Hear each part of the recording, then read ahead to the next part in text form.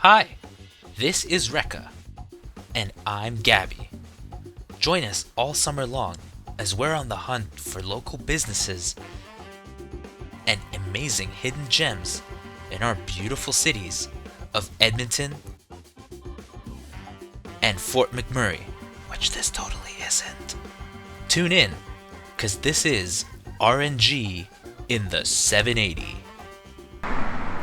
Hi guys, this is R from RNG in the 780 coming at you from 124th Street. Today we're going to be meeting Kim from Mud Honey Salon. So come on in, let's check it out.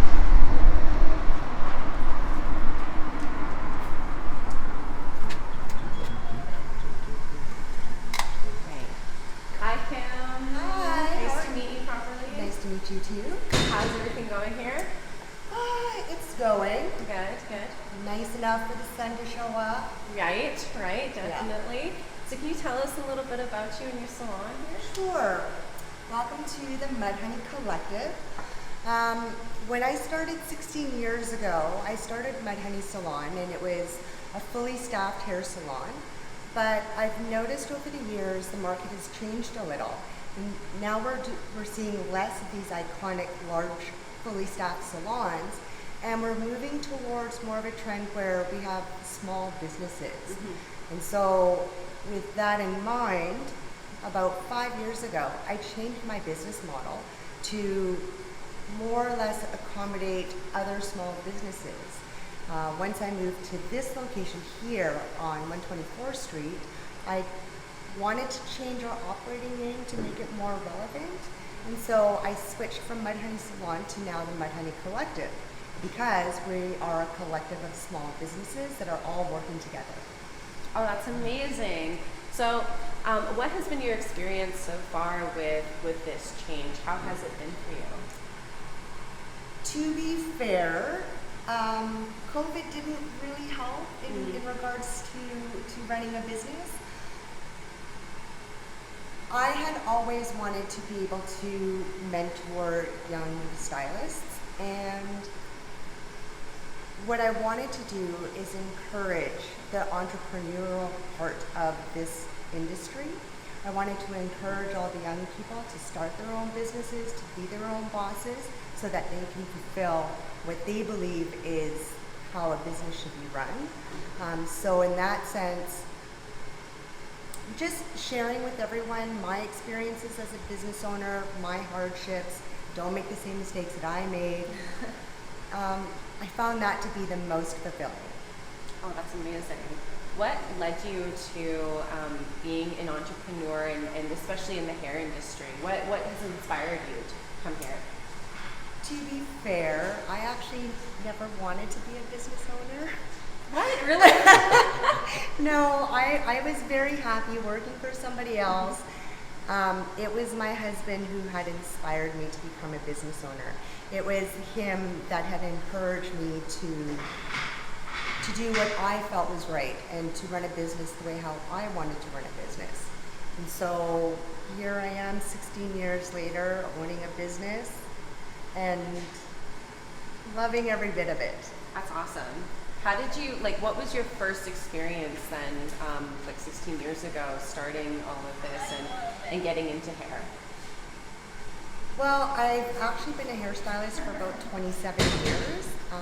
After about 10 years in the industry, within that time, I was able to become a platform artist. I traveled across Canada and I led hair shows and cutting classes.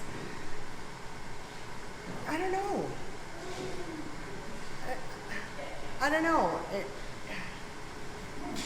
It was scary. Yeah.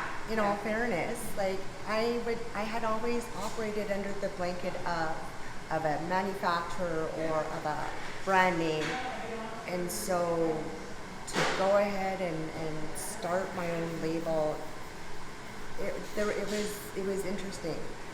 But also, having said that, a year after I opened Mud Honey, I also had my first child. So Oh, wow. it was kind of everything was thrown at me all at once. I'm still recovering. And my mom actually is a hairstylist as well. And for her, it was a lot of like having the kids in the salon and teaching us to do things like fold towels and and sweep the floors and help out in that sense. Yeah. Actually, when I first had my older son, he actually had to spend a lot of time in my office, and I had to feed him and change him in between clients, and it was crazy. I didn't realize that at the time you had to put your name on a waiting list just to get into a daycare or a day home. Oh, wow. So we had no choice. My husband had worked downtown, and I had this brand new business, and so you just did whatever you had to do. That's amazing. Do you have any like advice for people who are just starting out, especially in like maybe hair? If you're going to start a business, make sure you save your money and pay with cash. The last thing you want is to be servicing any sort of debt. You don't need any distractions or anything like that. And you also don't want the added pressure. Yeah, definitely. So can you tell us a little bit more about like what it's like kind of adapting to the changing of trends, especially like in business and in hair? So the beauty of the hair industry is it's always ever evolving. It's always a natural progression. What was in last year will determine what's going to be in this year. The same goes for business. You have to be able to be open to changes, and you have to be able to pivot so that your business can adapt to the changing environment. I know it's super scary, and I know that we fall into sort of our routine and we don't want to deviate from our routine, but it's the very thing that keeps us fresh and excited, and it's the very thing that keeps us motivated. So sometimes it's healthy to step outside of your comfort zone.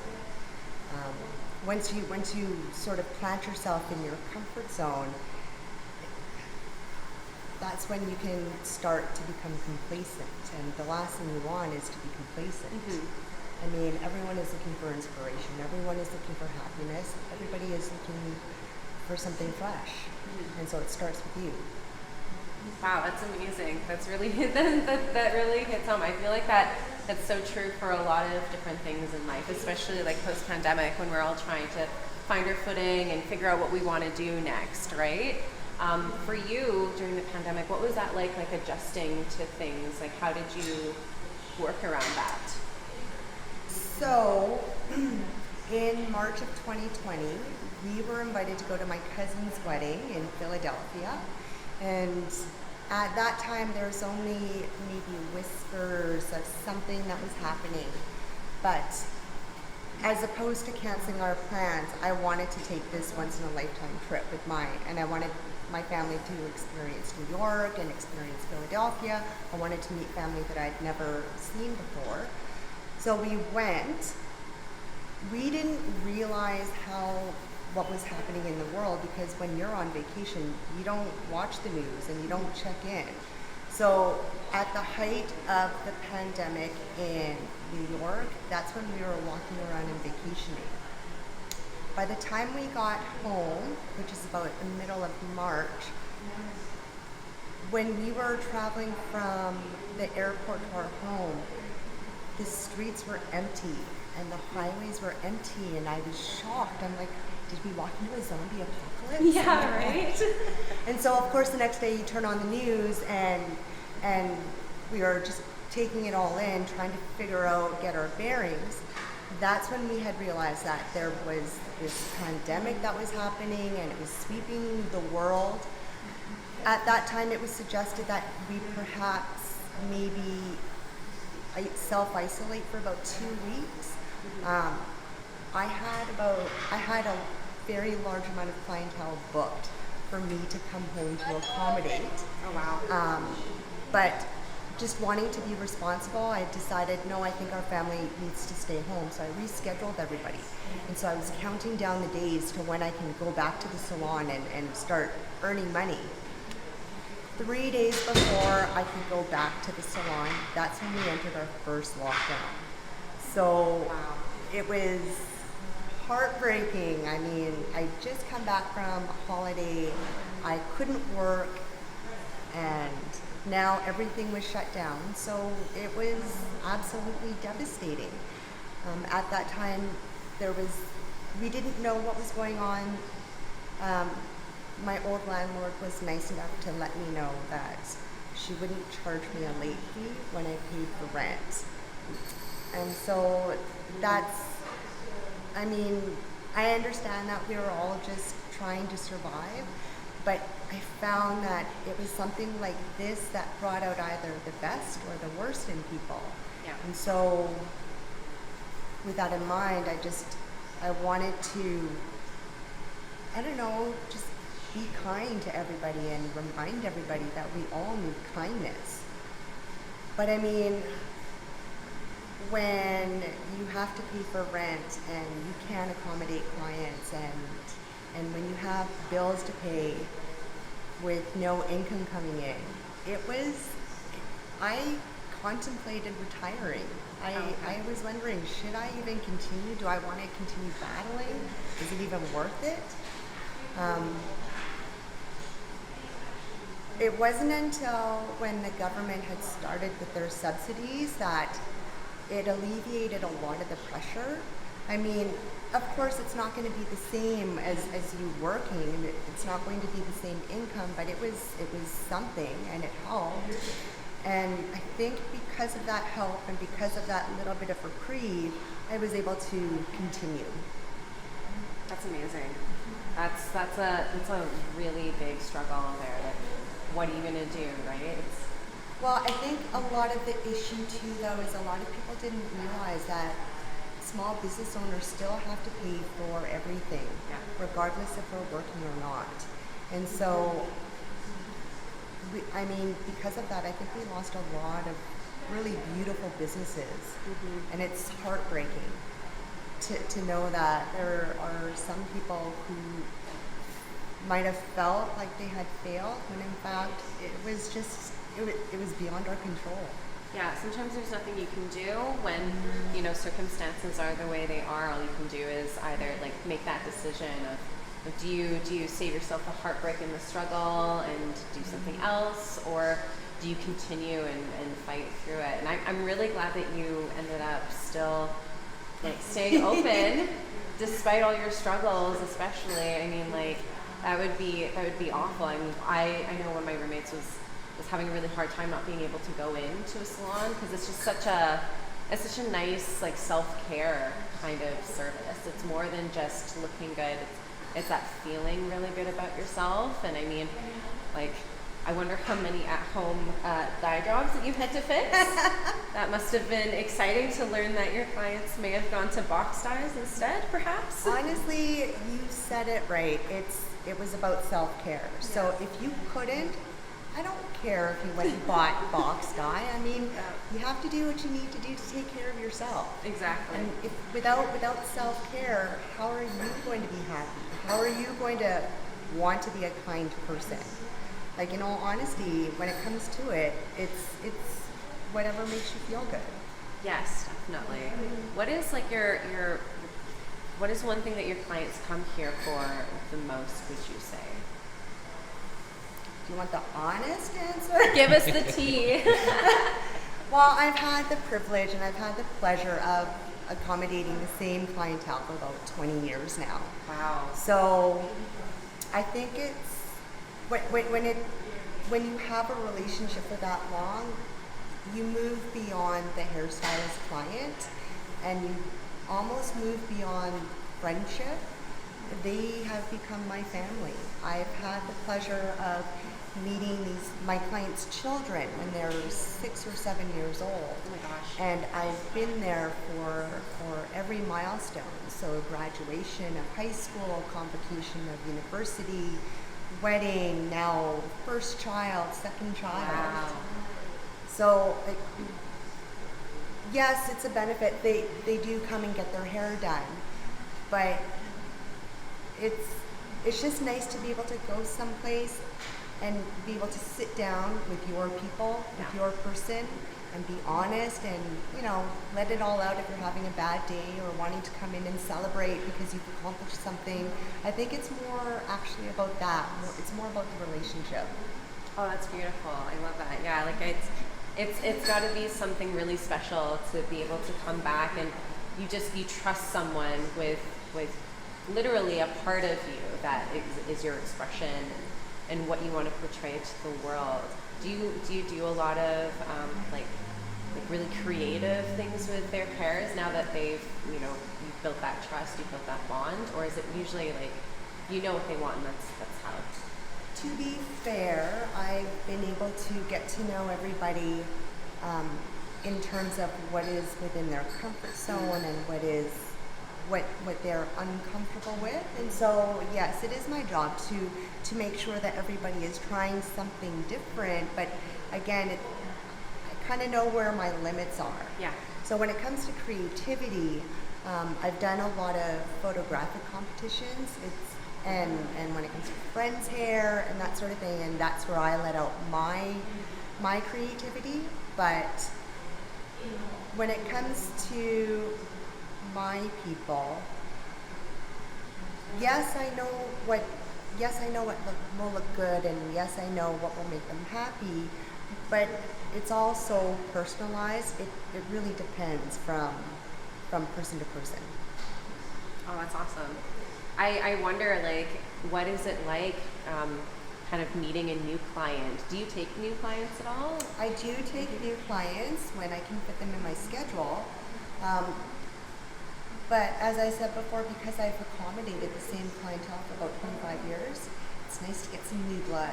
Yes, new conversations. Yeah. Get someone new in there to kind of like figure out almost, to get some like new hot gossip maybe here and there. That's probably some of my favorite. But I do wonder what is it like trying to like figure someone out at that point? Is that something that happens over multiple sessions? So how does that? During your first consultation with me, I basically interrogate you. I need to know what your lifestyle is. I need to know what your capabilities are. I need to know how much time and how much energy you spend on your hair, how important or unimportant it is. That way, I can give you a style that's going to suit you. Not just your facial shape and not just your hair texture, but your lifestyle, because that's very important. Everyone is talking about relativity. I want to give you something that is relative to you. Yeah. Just because it works for you doesn't mean that it's going to work for somebody else. Definitely. Yeah. I always have these ideas that I'm going to do something crazy with my hair, and then I get to it and I think, well, this is so much work. I quit. Right? Exactly. I'm like, I don't know why I did this to myself, but then some days I can spend like a full hour and not even realize how much time I'm spending on my hair, but it just like feels so nice to just do that, even if I'm just staying home. It's just like, it's almost like a ritual, I guess it becomes. Absolutely, but that's part of my job, is to make sure that I find something that is within your price range, that is within your capabilities, that is within your want. Yes, definitely. Who, may I ask, does your hair, or do you do it yourself? Actually, my sister-in-law's a hairstylist, so she does my hair sometimes. Jenna, who writes for me, she does my hair sometimes. So it's like it's a nice little mix of everyone kind of like being creative with each other. Whoever has time. Oh, that's awesome. How many different, like, this is like completely different, but like how many different hairstyles or colors have you had in your hair before? My father and my guests all play the same game. Mm-hmm. So, mind you, this is pre-pandemic, because I'm still recovering now, so give me some time. Yeah. But pre-pandemic, everybody would walk in, and the game that they would play is, what color is Kim's hair going to be? Yes. Oh my gosh, that's so fun. This is the most natural looking color I've had. Usually I rock out a blue, aquamarine, green. That's super exciting. What's been the craziest one? Yeah, what's the craziest, would you say? Like blue aquamarine like sounds beautiful, like mermaidy, but like Lisa, what's the craziest hair color I've had? I don't know, you've had like every color. oh my gosh. Yeah. Blues and greens, that's like your green. Yeah, blue is my Yeah. comfort zone. Oh, awesome. Green is my comfort zone too. Yeah. I don't know. You like the cooler colors, like the ocean colors. I just like any color that makes me feel happy. Oh. And because, your moods change all the time. Yeah. Yeah, definitely. Today I choose this one. I love that. It's amazing. So like with your clients, do you ever find that you kind of like have a little bit more of like someone hesitant but they want to do something? Like how do you manage that? How do you help them feel comfortable? In my line of work, it's best to cut not too much, not as much, and then that way we can incrementally work towards their hair goal and give them time to feel safe about it. Yes. So again, if I have someone who wants to start exploring these crazy colors, and as long as it works within their lifestyle, then maybe we'll just do maybe like a small little peekaboo highlight so that they can have a splash of color before we kind of dive head first. Oh, totally. That makes sense. Yes, definitely. But it's always based on how you feel, what you're comfortable with. If you're ready, we'll do it. If not, we'll dabble. Yes. Dip our toes in. Yes, definitely. How do you like teach people about like their hair care after? The number one question I get from men and husbands is why do we have to shampoo and condition? Oh Why my can't we gosh. just do a 2-in-1? No. And so the analogy I like to use is what a shampoo does is it opens a door which allows for the water to cleanse the hair. The action of a conditioner is to close the door to protect your home. So how do you open and close the door at the same time? That makes so much sense. Oh my gosh. Yeah, I've definitely like my brother sometimes I'll see his hair care and I'll see the one bottle, it's like a 2-in-1, and I'll look at him and I'll just be like, why are you doing this to yourself? I don't know why it's a problem, but I know it's a problem at that point. Like we have all of these different shampoos and conditioners available and you pick the 2-in-1 Yeah. for no reason. It's insane. What is your favorite like style to do for people, or what's your favorite session, would you say?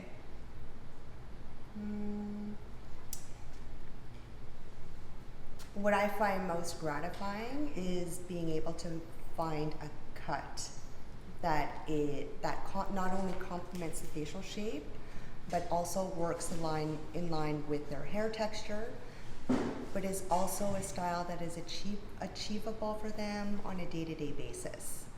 So to me, that's the greatest reward. Oh, that's awesome. Do we have time now to maybe have a little look at Kim's salon here? We can definitely do that. Yeah. All right, would you mind? Yeah, show us what to expect when people come in. Okay, so as you come in, if you'd like, you can have a seat here. And this is where I conduct our interview, and this is where I like to find out what you're looking for, what your hair goals are, how much can you spend, how long can you take, that sort of thing. Okay. All right, so after the consultation, that's when we will come up here. Would you like to have a seat? Yeah, sure. This is where the lovely hair washing part happens. This is really comfortable too. Yeah, well, whenever people come and get their hair done, it's a reprieve. It's a break from your everyday, from running the kids around to cooking dinners. I mean, when you come to the salon, this is your time. So I just wanted to make sure that everything that we have here is dedicated to your comfort. Yeah, this is nice. This is really nice. I almost feel like maybe after this I need to get my hair done. Well, would you like to have your hair done? Oh. I have been thinking about it, that's for sure. It has been a while. I do like to get for when it comes to drastic things or more permanent things. When I have my hair cut, I like to have it cut somewhere between like every 3 months to even like, sometimes I'll just be like, I just need it cut. I grew up like my mom would cut my hair like around every 3 months because I would start to, it's this weird thing where I would just start to get like irritable. So she would just be like, okay, sit down, like start washing hair, start doing a whole thing. And I think that part of it might be like the self-care you were talking about, that feeling of just like feeling good. And then part of it to me was like, I just need my hair cut for whatever reason. Okay, so I know I was planning on maybe giving you a little bit of a braid, but I Yeah. think what I'd like to do instead is give you a blowout. So one of the reasons why you were feeling that way is you just needed to have someone touch your top chakra. Oh, interesting. Yeah, everyone likes to have their hair played with, and so even if you had just gotten your hair cut, but you still wanted something for self-care, even something as simple as a blowout would fill the ticket. Really interesting. Would you like to try? I would love to. Right? Yes. Why don't you come on over? We're going to go back to where we came Let's go.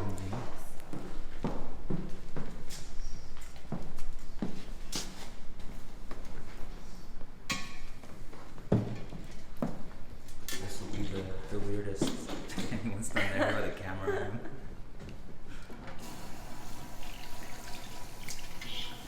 Yeah, there's this perception that every time you go to the hair salon, you have to spend 5 hours there and $50 million, when really all you might need is just a blowout.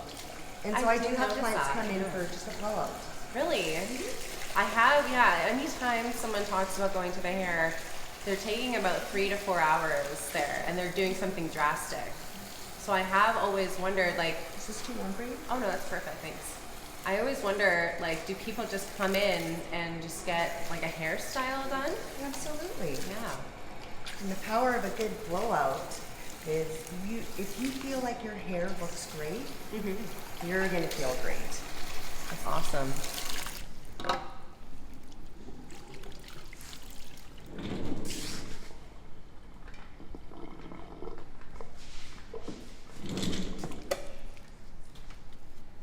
Sorry, was this like a part of the thing, or did I deviate? No. No, we're happy to Please, follow you yeah. around. This is opening the door for the audience. we're opening the door. If you remember. It's gonna be a quiz after. Are there any, like, do you ever specify what kind of shampoo that you use for different hair types? Absolutely. So again, a lot of it depends on your hair texture, the chemical shape that your hair is in. Sometimes you'll need a shampoo that's more focused on moisturizing. Sometimes you'll need a shampoo that focuses more on protein, and sometimes you need a blend of both. And how can you tell what kind of shampoo that people would need? You can, well, as a trained stylist, you can see. As soon as they walk in the door, you can see exactly what kind of history they've had. Oh wow. You can tell if there's a lack of anything, but also by feeling the hair as well. Oh, I see.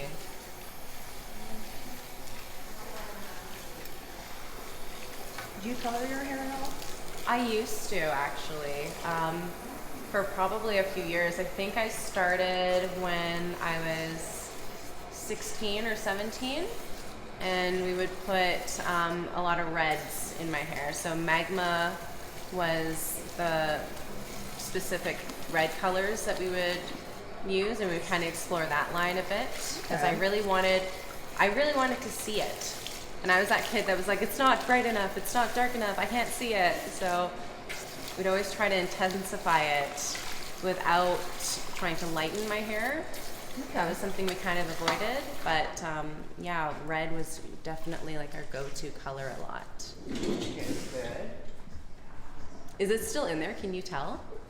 The red? Yeah. I thought it grew out because I was like, I'm pretty sure. I got to the point where I was like, I just want to grow it out and just have just my natural hair color again to be low maintenance. And now I've started kind of like getting more comfortable. Wow, that's so good. This is Your the face reprieve. says it all.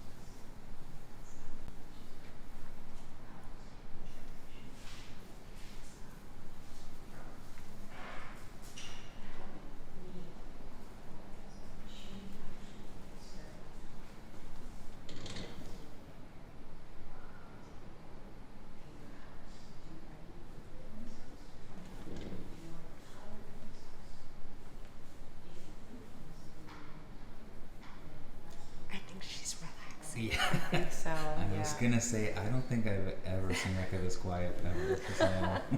It does not happen.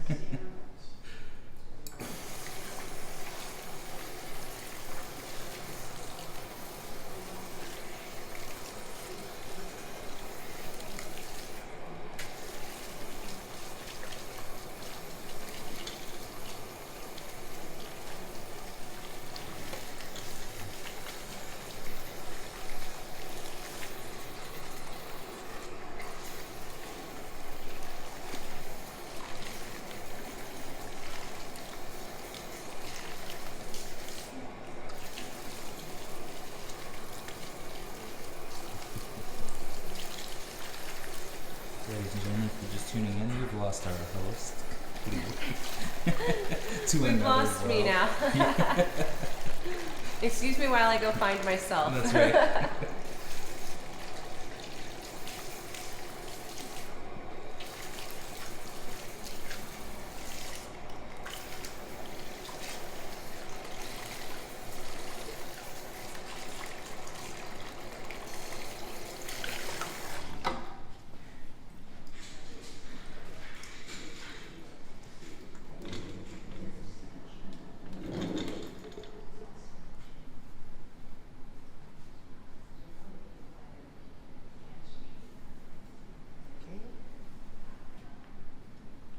How did that feel? That felt amazing. Good. Like, my brain just feels so good right now. Good.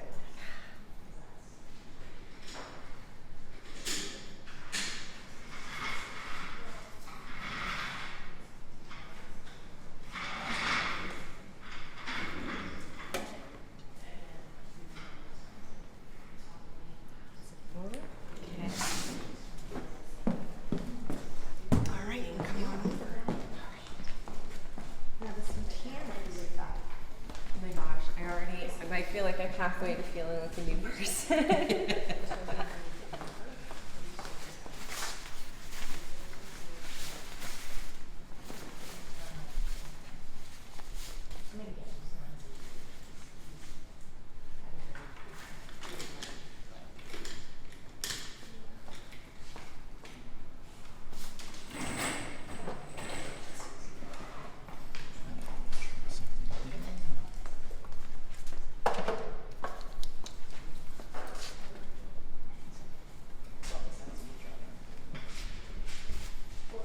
Just putting a serum in here.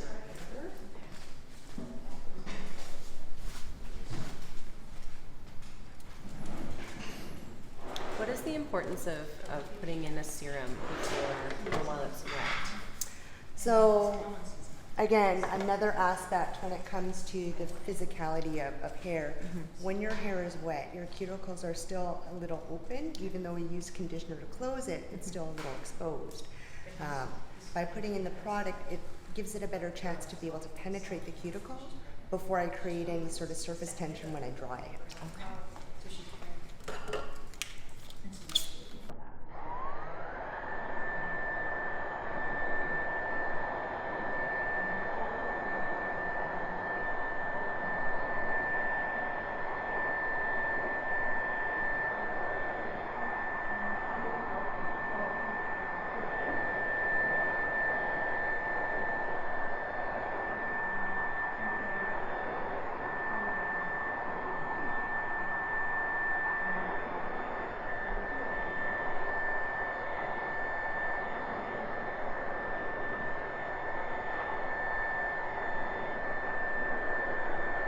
So is your mother still a hairstylist? Kind of a little bit more retired. She does hair for some of the older ladies in our small town. So she'll do a lot of perms mostly, as that's what they like, or she'll curl their hair a lot for them too. She used to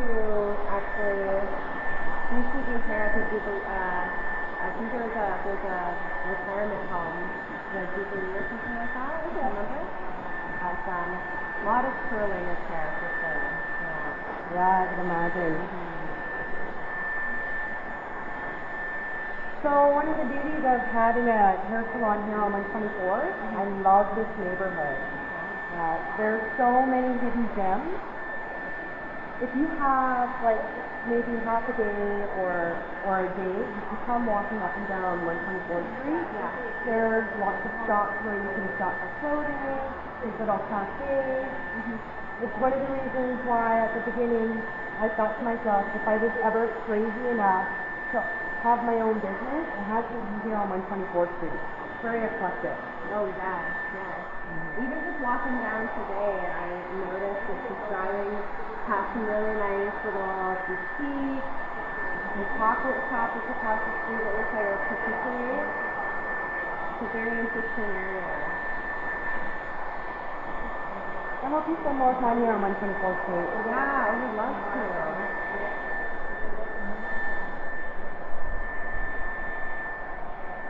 But if I do anything that hurts you or makes you uncomfortable, let me know. Okay.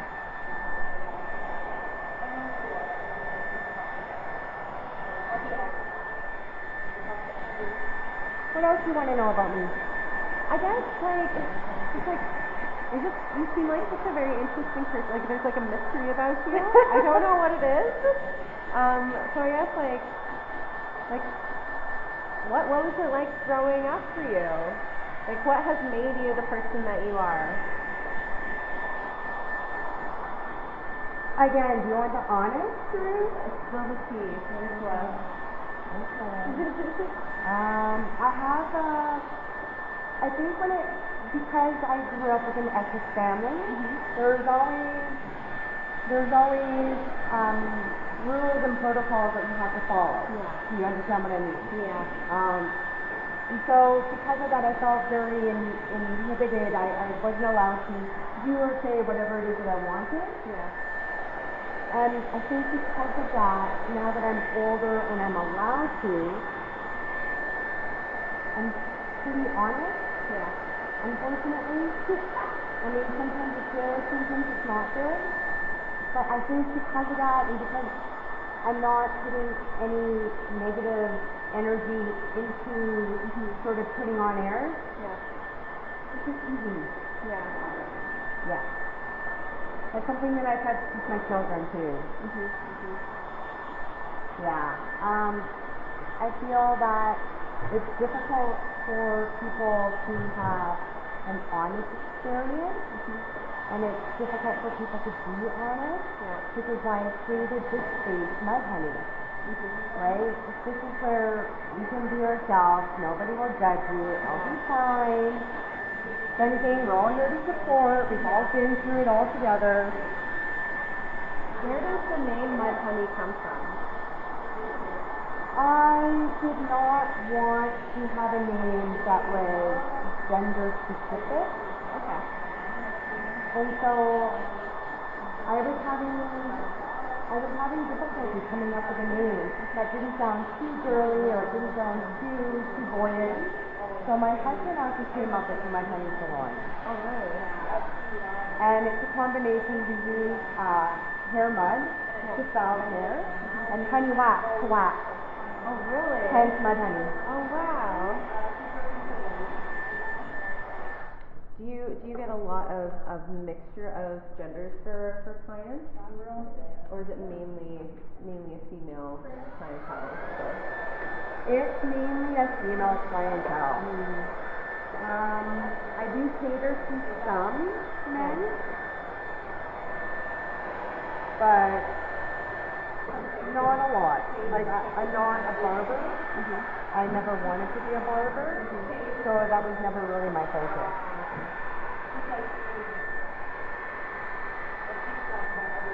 What kind of like what would be the biggest difference between yourself and a barber? Like what kind of things did you have to do as a barber?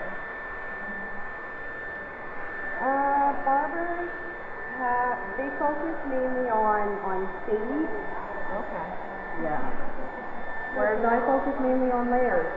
Like really, it is a gender thing. Yeah.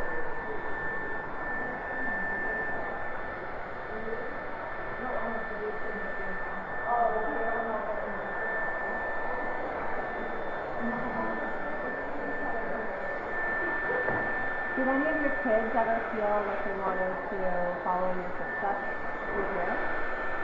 No. They want to become engineers or architects. Really? Wow. That's amazing.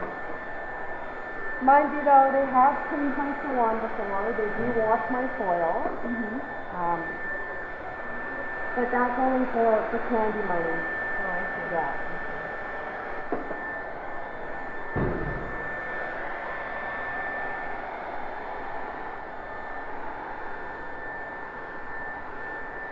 Yeah, I definitely was more of I wanted to do things in the salon, but then I would be practicing on a mannequin, right? Really? Yeah, I'd be practicing on a mannequin, and I had a lot of fun doing it, but I would get frustrated because I wouldn't get something right, or I would do something and, my mom wanted me to learn properly, right? So she'd be like, if you're going to learn how to do this, you have to learn properly, right? Yep. If I didn't do something right, I would get so annoyed. I'd be like, I don't want to do this. Like, this is too hard. But then eventually, a lot of practice, I would get something right. But then doing it on yourself is so different. You see, I'm a stylist from the olden days. I believe that if you're going to use a cutting technique or styling technique, you shouldn't have to rely on a new piece of equipment. You should be able to duplicate every technique with a comb and scissor, brush and blow dry. Oh, wow. I'm curling your hair. Yeah, I noticed that. That's why I'm from the olden days. I love it.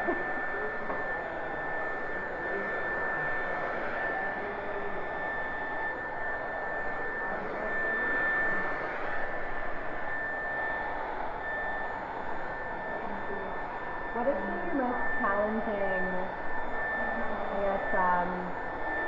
style today? Like, what's something that you had to learn something totally different in order to do for a client?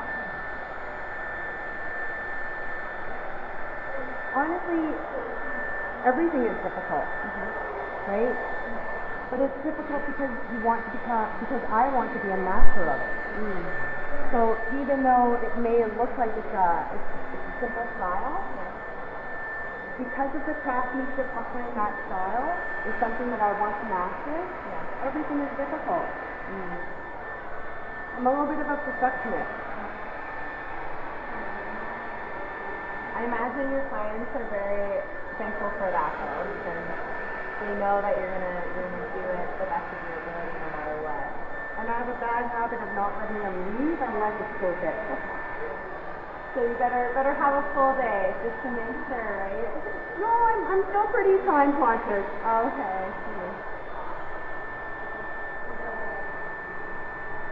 That was like when the pandemic was at its worst. Yeah. And there were months where we were allowed to take clients in.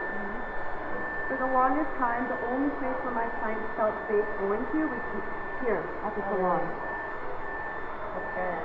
Well, they trusted me. They knew that I would take any and all precautions that are needed. Yeah. It's that trust that I really enjoy. That's awesome.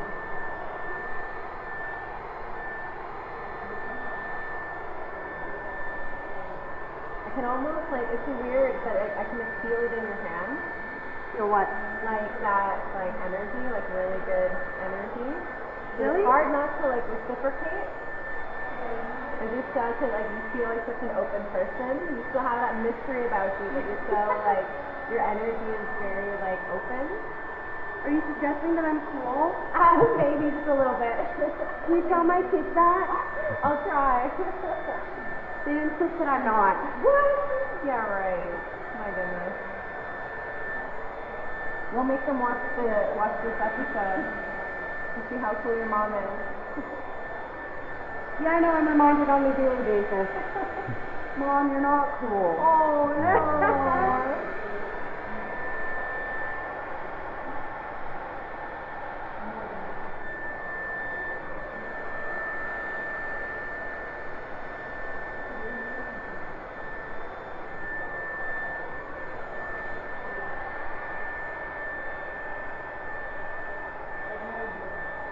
Do you do a lot of mentorship at all with your business?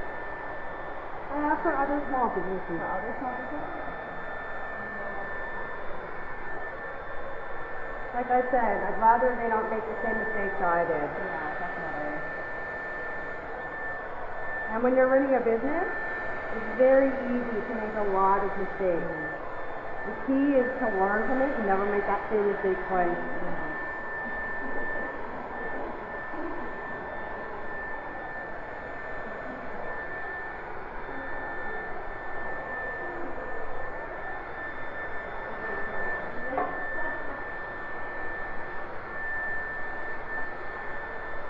Have you always been in the same location? Have you always been in the same location? Or have you I've had moved around a lot? 3 different locations here on 124th Street, but they've all been on 124th. Oh, really?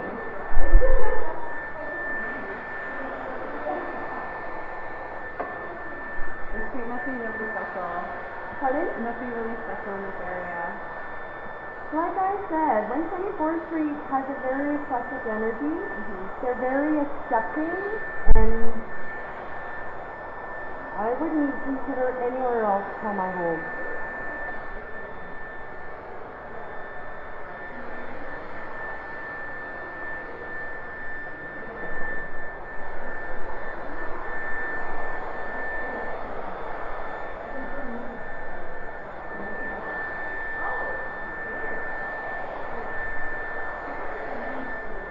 Do you spend most of your time on 124th Street? Like, talking with, maybe even shopping around here?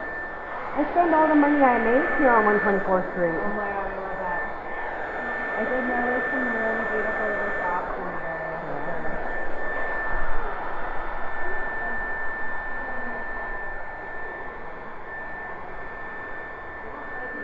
Well, during the pandemic when they started the shop local feel, just being a business owner, I totally was grateful for that. So of course, I need to reciprocate.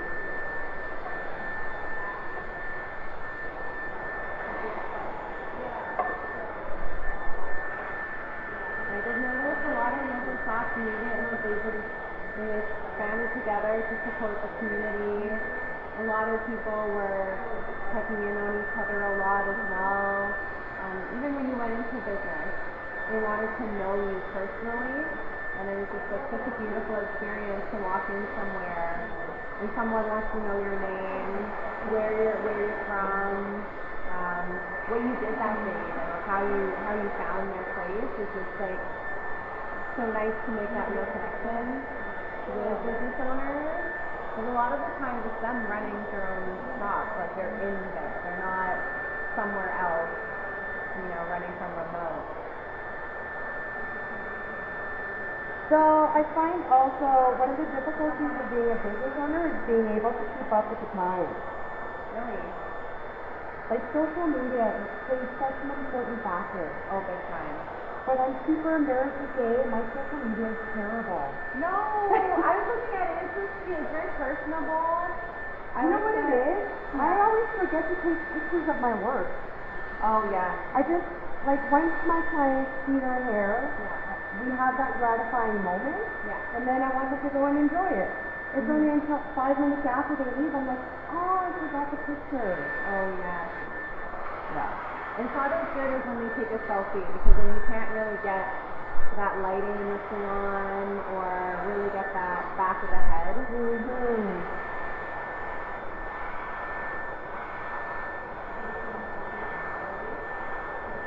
So earlier I'd spoken about being able to pivot as a business owner. Yeah. Because I know that social media is sort of my nemesis, any little tips and tricks that you can text me would be much appreciated. I would love to.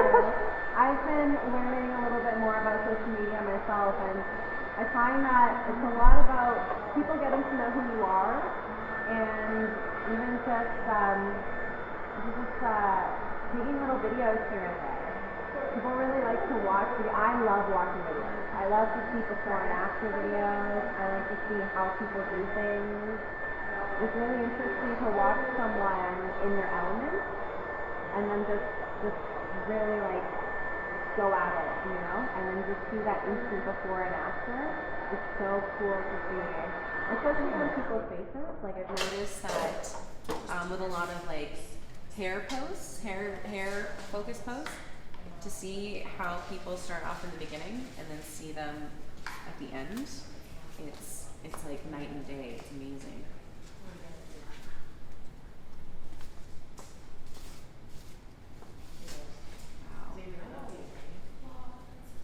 I feel amazing. Good.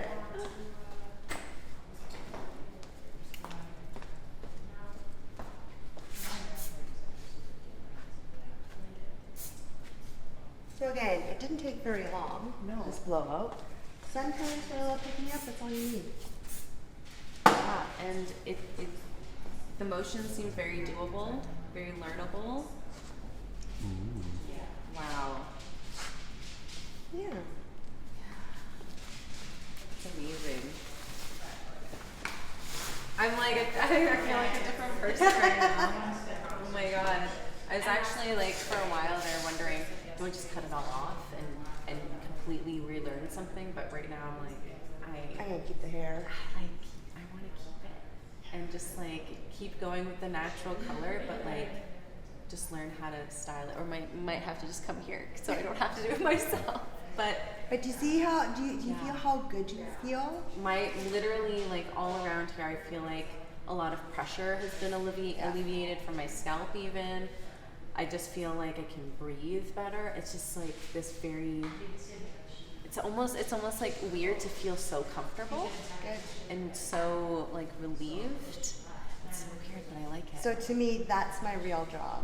I mean, yeah, you'll benefit from getting a cut and color, but that feeling and helping you attain that feeling, that's where I focus my career on. It's, yes, I can definitely see the reward. It's just like just being in this chair. I know what I felt like earlier when I walked in. I know what I felt like.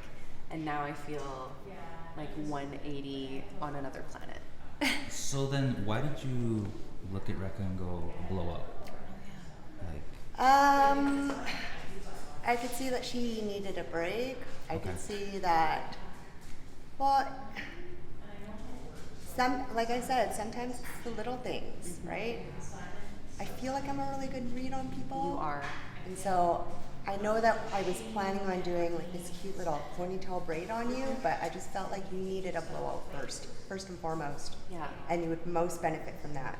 Yes, definitely. And I really appreciate you taking the wheel on that, because I did not know how much I needed to feel like this until we got here. And like halfway through, I was like, wow, I can just like, the process, I can feel it starting to happen. And now That's it's you just de-stressing. This is you taking a little break. completely different. Now you can go and change the world. Yes, actually. No, I feel like I can go out there and just like, I can continue with my work month, because we don't do breaks sometimes, especially when you're self-employed, right? Well, and again, the self-care thing, it's easy to talk about it. It's really hard to actually care for yourself. Yeah. So we have to steal every little moment that we can. Even just learning how to do it, because it's like, you know you want to do it. You know you need something. You don't know what it is, but then it happens and you're like, I need to do this for myself. I need to learn to do this for myself. And yeah, it's been a process trying to learn about product. And that's the thing, is like having someone to guide you through it, I think is such a beneficial and really like wholesome activity to do, for sure. Absolutely. Especially as long as it's always tailor-made and catered to you, to your specific hair texture, to your style, what your needs are. Definitely. Absolutely. Yeah. So how often do you find that people come in for just like something like a blowout, or do you even just like what you did with me, just like you knew and you're like, I know what you need? Most of my clients are actually, they've put themselves on a very strict schedule, so they're in for their cuts and colors every 6 to 8 weeks. Oh wow. And then for the specialty colors, maybe like for balayages and whatnot, maybe every 3 months.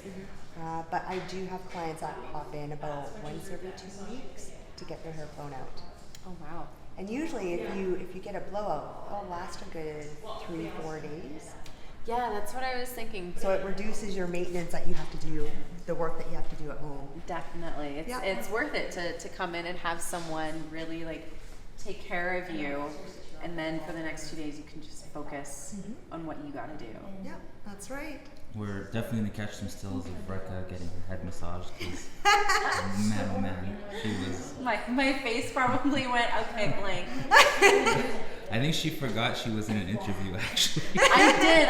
I was like, okay, my brain just was like, and all the voices and all the questions and all the gotta do this next went, enjoy this. Immediately. Well, to be honest, I make everybody not talk. Oh. I appreciate it. Wow.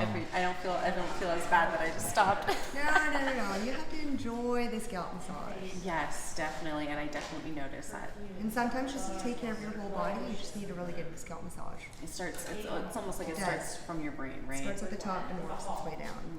Lets everyone else know, okay, it's relax time. It's Yeah. okay. Just chill.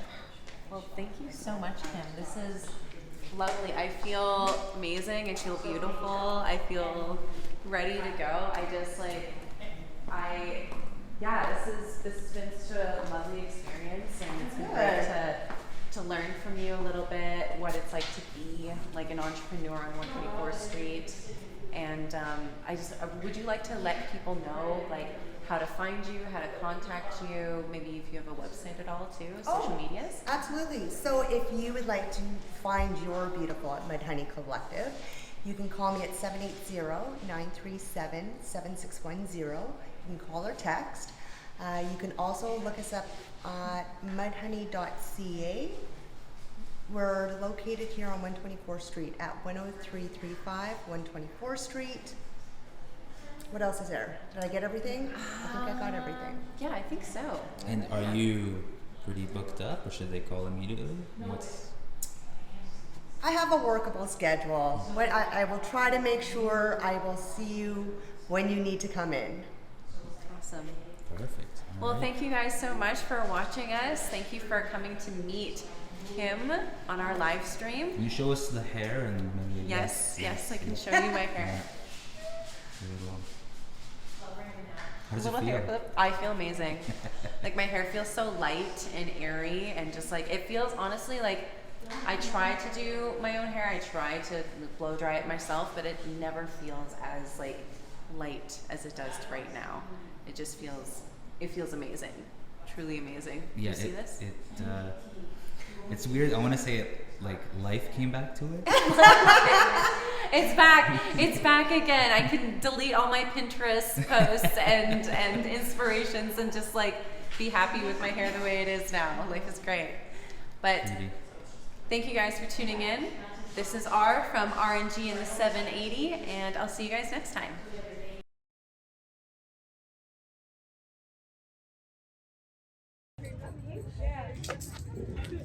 And you're up, Rekha. Hi there, this is Rekha, the R in RNG in the 780, coming at you from the Sari Sari Mercado on 99th Street here in Edmonton. Today we'll be looking at some of the vendors that are here. A lot of them are Filipino-owned businesses, and they are very excited to see you. So here we are today with Little Charm Shop. We're here talking to Charmaine. Can you please introduce yourself and tell us a little bit about yourself? My name is Charmaine. I'm 22 years old. I am a third-year nursing student, and I run Little Charm Shop.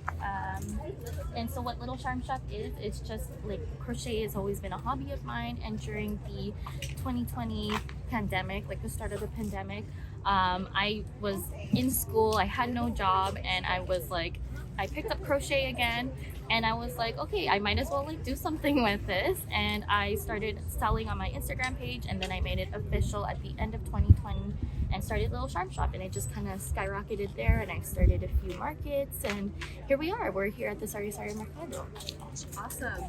So can you tell us a little bit of how you started crochet, like your first experience ever with crochet?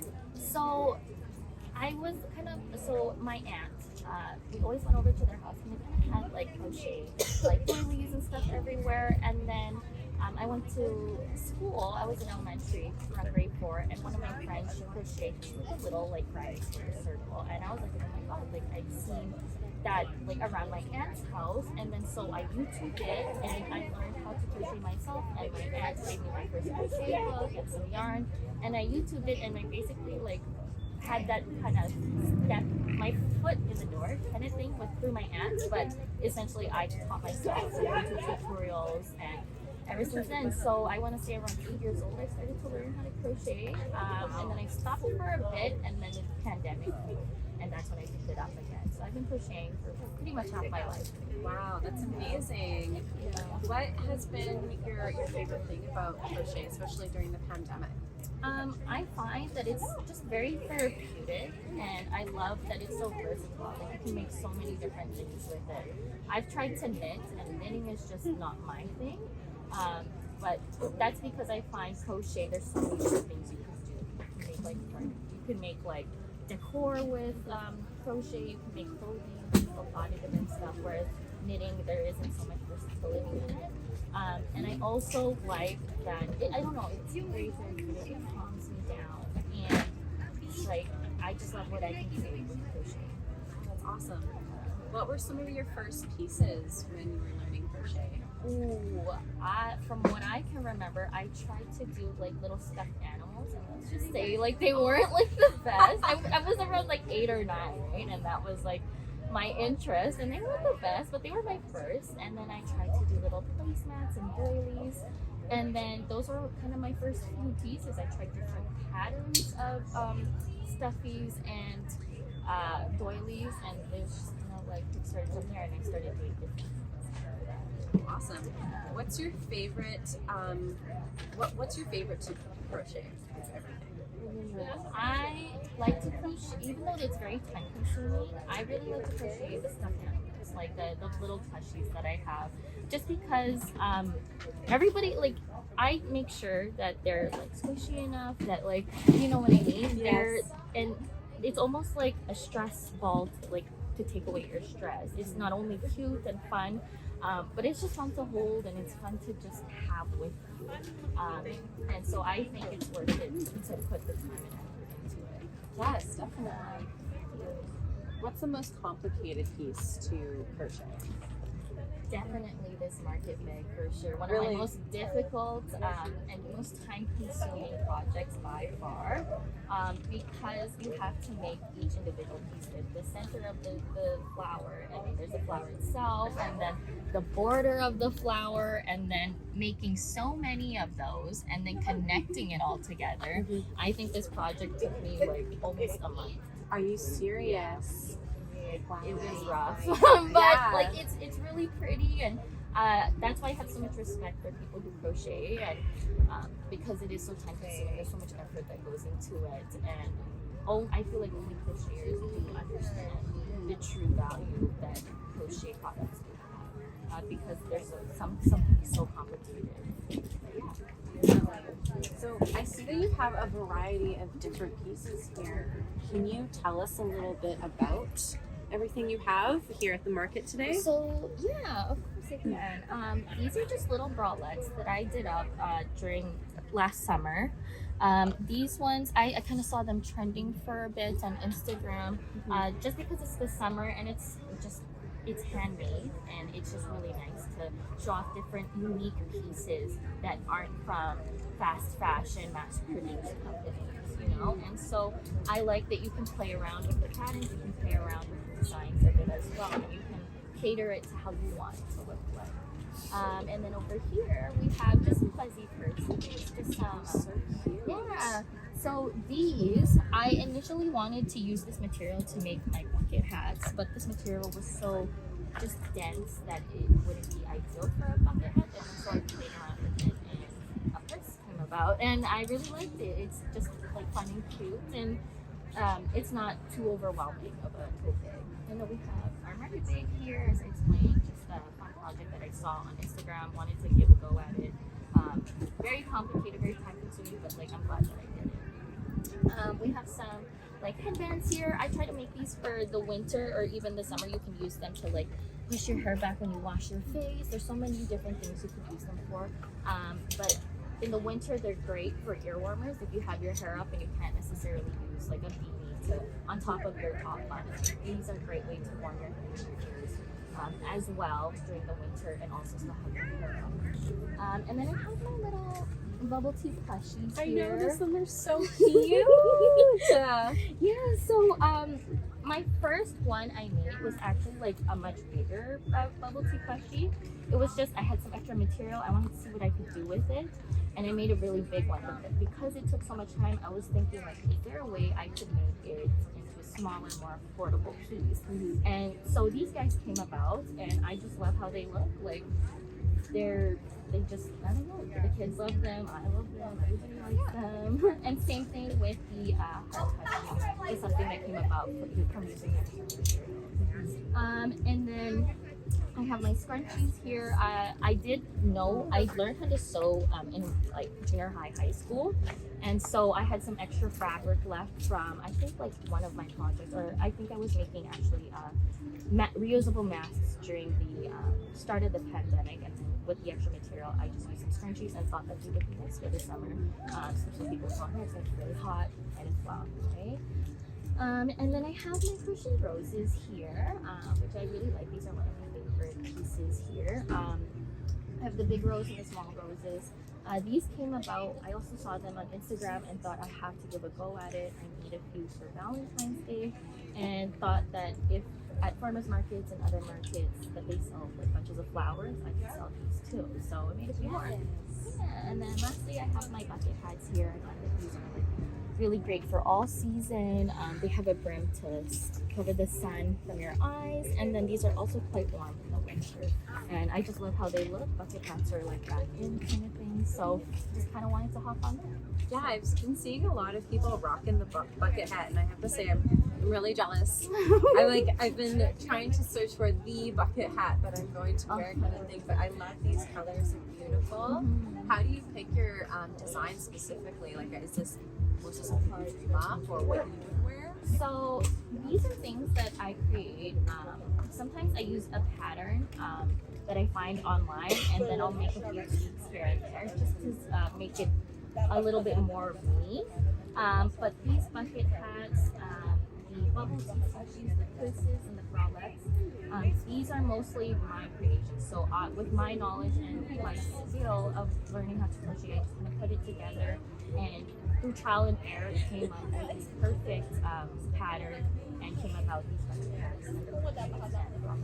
Awesome, that's great. All right, so since we are here at the Sari-Sari Mercado for a very specific special weekend, I did need to ask you, what has Filipino Independence Day meant to you? How do your family celebrate? So we, as a Filipino family, I was born and raised here. My parents were here, and I was born and raised here.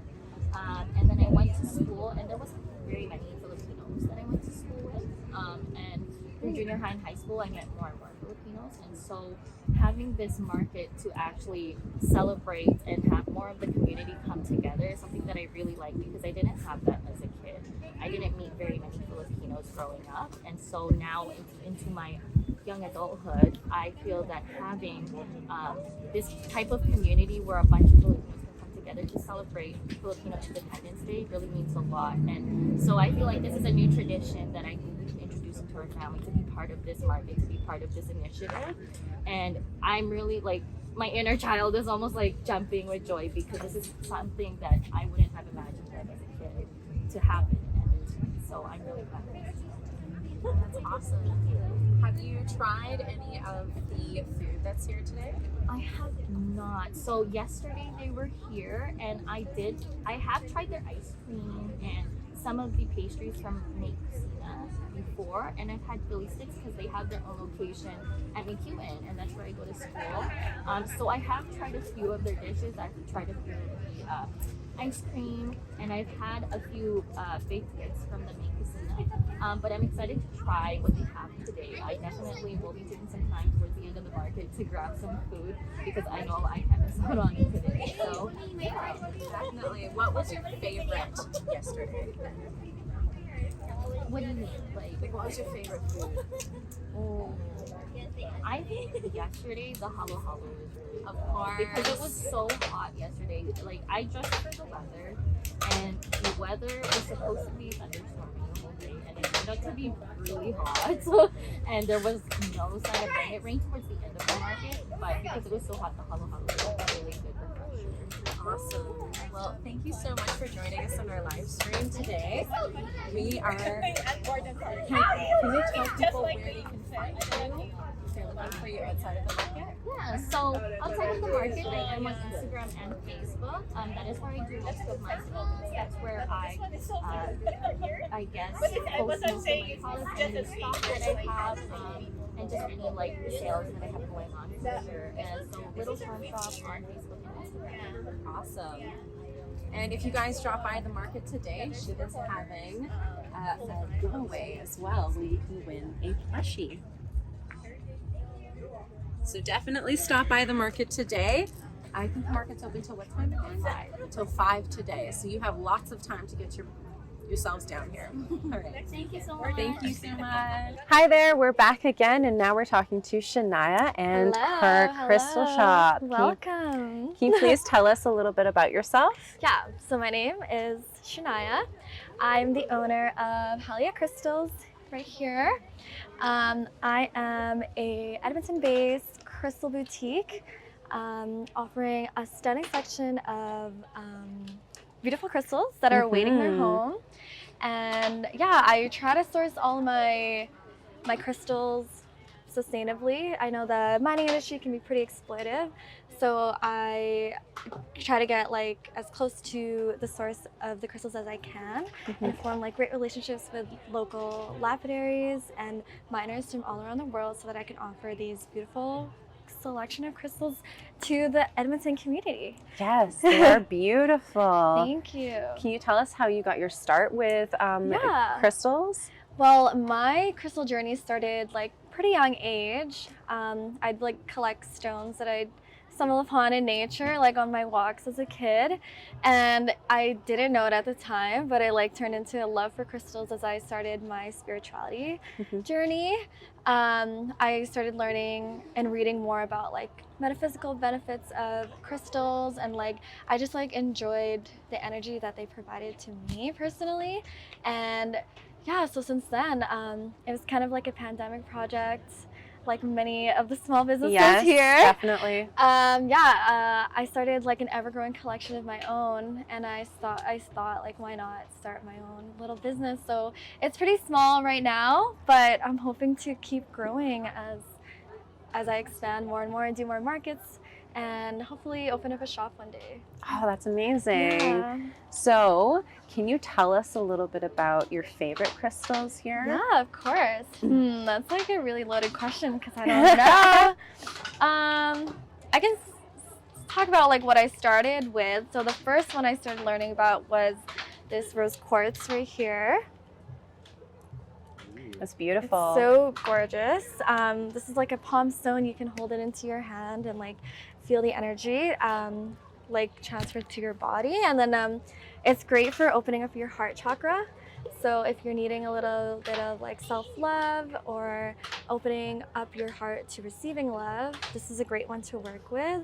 You can like use it as you're journaling or using your intentions to manifest kind of like all the energies that are associated with this stone. So this is a great one for what I started with, and I still love it to this day. And I love like wearing jewelry. Like I'm also wearing a rose quartz necklace right here. This is made by another local brand, Weston Mellow. And yeah, so this is one of my favorites for sure, and a great one to start with if you're starting to join the crystal community. Awesome, definitely. What have been your favorite pieces so far? I'd say one of my favorites is the smoky citrine.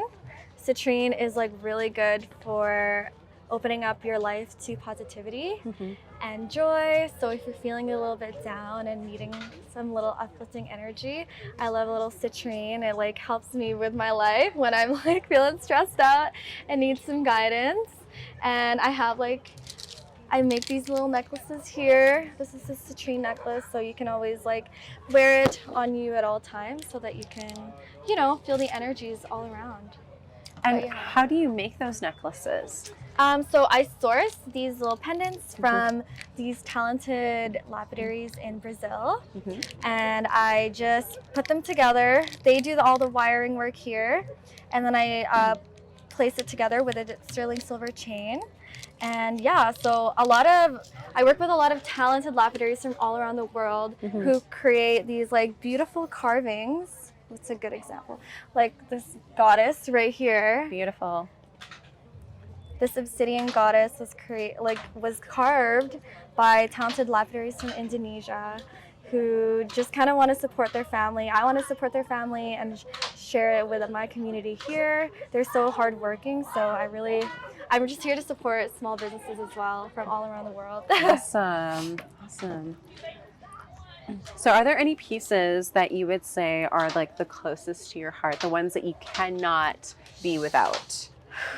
Ooh, I don't know.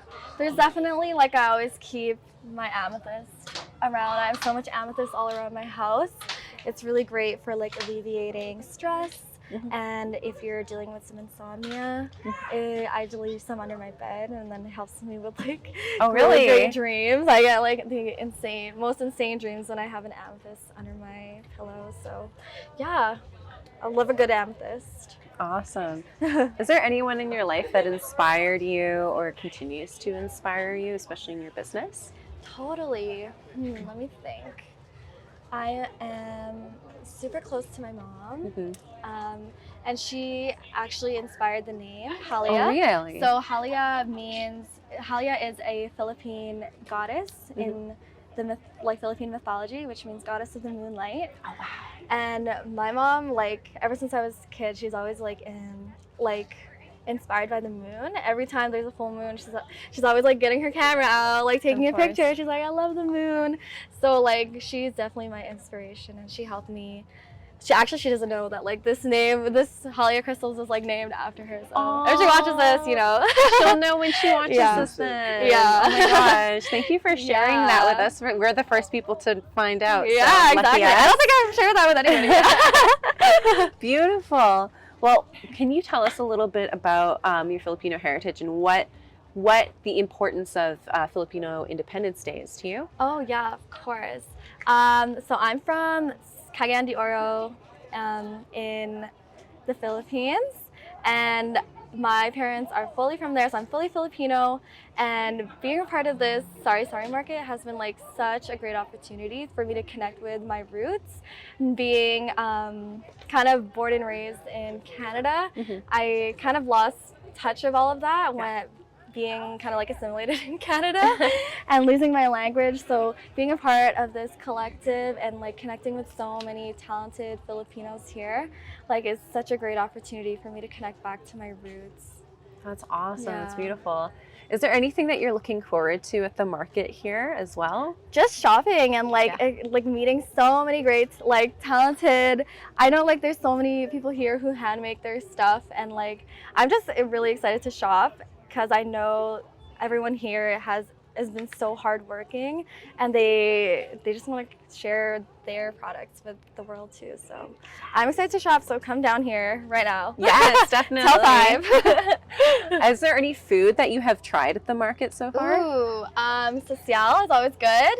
They're the ice cream brand here with yellowed. All their flavors are Filipino inspired, and I love the pandan flavor, so I would highly recommend checking that one out. For people who don't know what pandan is, can you Oh explain to gosh, them? I don't really know either.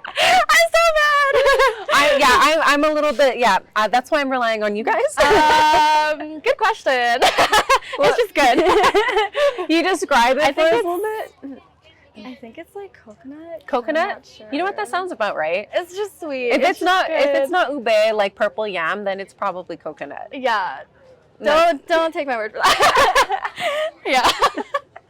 Can you tell us a little bit about what it's like to be at markets? Because is that what you mainly do, right? Mainly online sales. I just started doing markets probably like this year. It's in February. I actually started my business last year, but I took a little break. I only did like 1 or 2 markets. I actually was here at the Sari market last year as well. And it's like something I've been looking forward to like this whole year, just because the vibe last year was like amazing. And yeah, I'm really looking forward to doing more markets as I expand. And maybe one day like I'll open my own shop. There's not a lot of crystal shops in Edmonton. No, so. there aren't. It's Yeah. really hard to find them sometimes. Yeah. Like, what would be your dream location in Edmonton? Ooh. Maybe like Manchester Square, like that. Ooh. That area is pretty popular right Yes. now. Or like 104th Street with all of the local. There's so many like restaurants on that area. I think it'd be a really great place to also have a market there too. Like close down the street, open up all the patios for the restaurants, and Yes. have like, just everybody come out. Yeah. That would be amazing. Yes, definitely. So can you tell us a little bit about what people can expect to see? I see you have a lot of different pieces of jewelry. Yeah. So it kind of varies, and they all vary in prices too.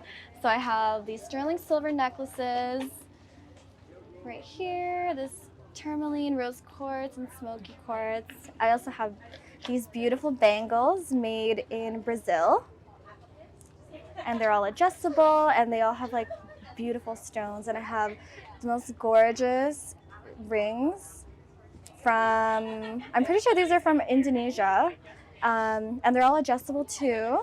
And then you can find like carvings of different sorts, like this labradorite. You can see like the shine. You can find palm stones. You can also find some raw pieces as well. And like some great carvings of mushrooms. I know there's been a mushroom craze lately. Even this like cute Frenchie. Aww, it's adorable. Yeah, so like there's like a variety of everything, really. So come stop by. Definitely. So just a question about these little carvings here. So why would they, like, what would you place in these? Like, You can use it like as a trinket dish. You could put like your jewelry on here, or you can charge other crystals on here as well. Like you can put like your little smaller one, like tumbles here. Oh, as a beautiful. place to like just collect them. Alternatively, like for like these little plates. Yeah. Selenite is a really good charging plate for your crystals, so you can place all your small crystals on here, so you can cleanse them. Yeah. And how would you charge them? What is your favorite method? My favorite method of charging, I'd say using the moonlight. On a full moon, you could place moon water outside, or like place all your crystals on your windowsill. Okay. So you can charge them with the moonlight from. Oh, beautiful. And does the moonlight have to be touching them the entire time, or can they just be on the windowsill? What's the best? Hard to say. Like as long as they're like out on the window, as long as they're like being because the moonlight is like pretty strong all throughout the night. Just as long as they're outside, they are getting some moonlight on them. Awesome. Yeah. Awesome. Can you tell us a little bit about what the difference would be between getting something that was like a little raw, like a raw rock, and let's say something that's polished like this? Definitely, like it has various uses. More raw means like closer to the earth, and polished means it just has been like more worked on with lapidaries here. So there are probably more chemicals on here as they are polished, and just more raw, just like straight from the ground, more raw energy that way. So you can definitely, there's like various practices you can work with them in like any way you want, really. Awesome. And what is your favorite form of rock? Probably right now, I'm just really drawn to all the raw ones, just because they Oh, just so come pretty. straight from the earth, you know. What kind of crystal is this one? This one is called a celestite, and it's really good for like connecting to the higher realm, connecting to your guardian angels, and like just receiving like messages of guidance from them. So this is definitely one of my favorites. That one's beautiful. Yeah. Yes. Can you tell us a little bit more about the raw rocks, especially this one here? Oh yeah, this one is a samadhi quartz from India. Oh wow. Yeah, so they're pink in nature. They're a different form of quartz. Quartz are found all around the world, but the samadhi quartz specifically in India. And this one is really great for like opening up your heart chakra as well, and like being open to receiving and accepting love. So what would the difference between this one and a rose quartz be? It's just like they're very similar in the energies that they give. I wouldn't really know the answer to that, but it's just like, yeah, it depends on how you work with them, really. So. Totally, yeah. And I have noticed this piece. It's yes. Can you tell us a little bit about this piece? It's really interesting looking. Yeah, this is a druzy agate right here, and it was carved as a yogi piece. So you can see the form of the lady in her yoga pose right here. Oh wow. Yeah, and this one is really great for speaking your truth. Yeah. Being open to communication and just like being bold and like what you want to attract in your life. So if you're having some communication issues, this is a really great one to work with. Beautiful. And it's just beautiful and it stands. Yes. But this is a little bit angled. Of course, no. So you mentioned that it was a druzy. What does that mean for it to be called like a druzy? Right here, do you see like the raw Yes. sparkles here? That means that that's just a term that it's used, druzy. Oh, okay. Like another example would be, I don't know if I have one here. Oh, this one's so pretty too. Would this one be kind of like, I guess there's like some tiny yeah, pockets, where you could see just like not kind of as the obvious. raw formations of it. That's a really common term in crystal, and it's really sought after. A lot of people like pieces with more druzy because it shows the more raw elements of it before it was like polished. So, Okay, yeah. awesome. Well, thank you so much. Could you tell everyone where they can find you on the market and also on the social media, please? Of course. So we're at the Sari Market. I'm pretty much at the end, but you walk to the, I don't know how to describe it. Like, walk to the end of the market, I guess. Yeah, right? walk to the end of the market. I'm the second last one. You won't miss me. You can also find me on socials, Halia Crystals on Instagram and Halia Crystals on Facebook, and I'm opening up a website soon. Fingers crossed. It's a lot of work, so yeah. So yeah, just keep up to date on all my socials and hope to see you here. Awesome. Thank you so much. Thank you. Hi guys, we're back again here. We're talking to Michael. Hello. Who is a local Filipino artist who has done all of this artwork here that you see. So Michael, can you tell us a little bit about yourself and your journey as an artist? Oh, my name is Michael Moya. I was born and raised in Edmonton. Both my parents immigrated here from the Philippines mid 80s. So first generation Filipino Canadian. How I started in art, me just watching Saturday morning cartoons, drawing characters using a pen and paper, and that's kind of been my passion since 4 years old. I guess art was kind of like my side thing. I never really was focused. I was good at it. I was, I had, at school you get your little galleries and and everything on it. But I guess a little history from me. I'm actually a cancer survivor of 10 years. Wow! Congratulations. I'm from leukemia. And that really changed my life. That's I was in the I had I almost died because Oh. the cancer almost took me because yeah, took me and I was taken care of. I was working in Regina at the time, so luckily I was uh, taken care of. Mm-hmm. And I guess compacting my journey short, I was brought back here at the Cross Cancer Institute, and I was day treated there. Then I ended up being in a coma. Yeah, Wow. from pancreatitis. Oh wow. It's just from the side effects of all the treatment and all Mhm. that. And yeah, and I survived that 2 months in the coma. Then of course went for a bone marrow stem cell transplant, like stem cell transplant. And luckily I went through that. And of course during that time I had many death encounters. Yeah. With my experience of cancer, I was like, oh well, I wasn't really focused on myself too much. Then I want to do art, and being a Catholic faith at the time, like my out of body experience with God and everything, he had a purpose for me. So Yes. yeah, so I really guess focused on art back in 2015. Mm-hmm.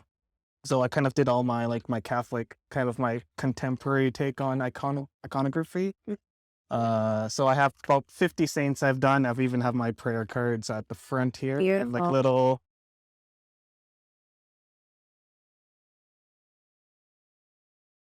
And I got all my little pin guys too as well. And yeah, Awesome. and I guess other influences in my art, like first I love playing video games. Yes. Watching anime, first animes in the 90s, like Dragon Ball Z, Sailor Moon. All the best ones, Yeah. of course. The best way to start. I remember the Hello Kitty cartoon, right? Yes. Yes, definitely. Yeah. So a lot of like video games and comics have also been pop culture. So was also a secret in my life. So which is kind of like my influence, my Mhm. main influence in my art style. Yeah, and I guess being Filipino, I guess on my Filipino side, why I'm very into my culture. Actually, when I was 8 years old, I've asked my dad about Filipino history, Mhm. and so unfortunately enough, he gave me like this 1960s history book, Yeah. and all torn up. And it was like I opened it up. It was really nice to know all the history, even though I was exposed to I don't know one which I think is Viantex. Mhm. Yes. It was just like the old Filipino writing at the time with so it was good, and I've just been wanting to do promoting my culture. It was Yeah. always like my thing growing up.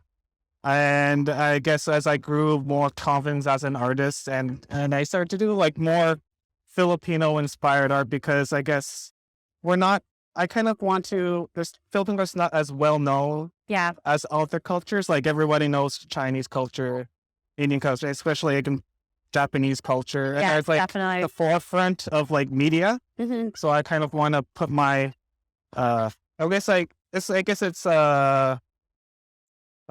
listen, guess I'm like taking on that I go how it's good. Not really torch, like I'm like kind maybe I don't know, it's Kind of taking on the role of I love like showcasing Showcasing. Filipino history and Filipino beliefs, especially pre-colonization, right? Yeah. And during colonization too, right? So I'm seeing a lot of that through your artwork here, especially with some of your angels, and then focus a little bit more on the Filipino woman herself. Oh yes. So can you tell us a little bit about your pieces here? Okay, so as women are like in the history, women are always the subject of art, and and beauty.